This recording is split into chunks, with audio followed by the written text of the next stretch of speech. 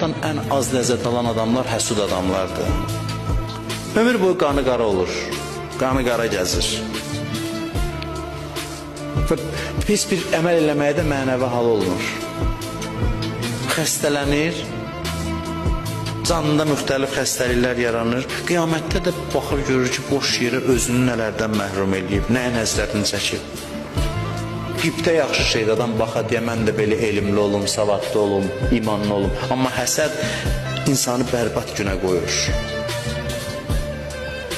Ona bax, deyir, cavandır, məndən cavandır, amma pulu məndən çoxdur. Ona bax, bu yaşında vəzifəsi var, mən heç nə. Gedir, dərd eləyir, qəmə düşür, özünü yiyir içərdən. Bəziləri paxıllıq səbəbindən müxalifətdə olur ömrünün axırına qədər hamıya. Niyə o yesin, mən yeməyim? Bunun məntiqi bu dəsindir. Danışır ədalətdən, haqdan, filandan danışır.